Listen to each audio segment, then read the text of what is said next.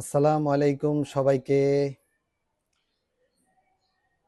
Destiny গ্রুপের পক্ষ থেকে আনন্দের সংবাদ নিয়ে এলাম। আপনারা জানেন আজ 14ই জুন রোববার হাইকোর্টে একটা ঐতিহাসিক রায় হয়েছে। সেই রায়টার প্রতীক্ষায় ছিল লক্ষ লক্ষ বিনিয়োগকারী। আজকে ডেস্টিনির বিনিয়োগকারীদের বিজয় হয়েছে। আজকে বিজয় হয়েছে ডেস্টিনির ক্রেতা পরিবেশকদের। যেই ভাওতাবাজি চলছিল গত 3.5 বছর ধরে, হাইকোর্টের একটা কমিটি এনেছিলেন এবং সেই কমিটির উদ্দেশ্যটা আমরা পরবর্তীতে বুঝতে পেরেছিলাম যে মোহাম্মদ হোসেন রফিকুল আমিন যাতে দায়িত্ব না পায় সেই ব্যবস্থা করার জন্য তারা হাইকোর্টের কমিটি এনেছিল। সেই কমিটি 3.5 বছর ধরে তাদের প্রতি যে আদেশ অডিট করতে হবে সে অডিট শুরুই করেনি।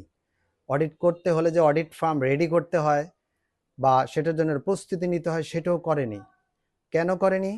ম্যানেজমেন্টের সবাই চেয়েছিল, কিন্তু স্বৈরাচারের দোসর প্রশান্ত ভূষণ বড়ুয়া, যিনি লন্ডনে পলাতক 2 বছরেরও বেশি সময় ধরে, উনি চাননি অডিট হোক। উনি চেয়েছেন তাদের পড়ে যাওয়া সরকার আবার ফিরে আসুক।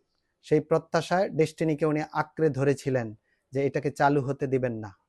আলহামদুলিল্লাহ, আজকে মহামান্য হাইকোর্ট আদেশ দিয়েছেন যে চেয়ারম্যান ব্যারিস্টার প্রশান্ত ভূষণ বড়ুয়া উনি পদ থেকে সরে গেলেন। তাকে নির্দেশ দেওয়া হয়েছে যে উনি আর চেয়ারম্যান পদে নাই, এখন নতুন চেয়ারম্যান নিয়োগ করা হচ্ছে। তো যাই হোক, ম্যানেজমেন্টের উপরে এখন আমাদের সম্পূর্ণ ভরসা, কারণ ম্যানেজমেন্টে যারা কাজ করছে তারা সবাই রফিকুল আমিন মোহাম্মদ হোসেন স্যারকে চিনেন এবং তাদেরকে ভালোবাসেন। এবং হাইকোর্ট যে নির্দেশনা দিয়েছে অডিট করার জন্য, নিঃসন্দেহে এখন অডিট শুরু হবে। এবং যেই কথা বলছিল যে রফিকুল আমিন ডেস্টিনি চালু করতে চায় না, রফিকুল আমিন ডেস্টিনির শত্রু, এই মালিককে শত্রু বানানো, সেই বিষয়টা এখন পরিষ্কার হয়ে যাবে ইনশাল্লাহ।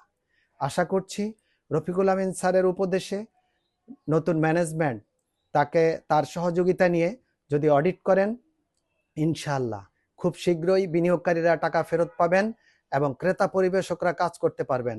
সেটার জন্য লাইসেন্সের আবেদন করবেন বলে ম্যানেজমেন্টের কাছে শুনতে পেরেছি। ইনশাল্লাহ সবাই ভালো থাকুন, আনন্দের সাথে থাকুন। হাইকোর্ট যে ঐতিহাসিক রায় দিয়েছে, নিঃসন্দেহে ধীরে ধীরে আমরা রফিকুল আমিন মোহাম্মদ হোসেনের হাতে ডেস্টিনি ফিরিয়ে দিতে পারবো। বিনিয়োগকারীরা আবার বিনিয়োগ করতে পারবে, তাদের টাকা ফেরত নিতে পারবে এবং ক্রেতা পরিবেশকরা কাজ করতে পারবে। ধন্যবাদ সবাইকে। আসসালামু আলাইকুম ওয়া রাহমাতুল্লাহ ওয়া বারাকাতুহু।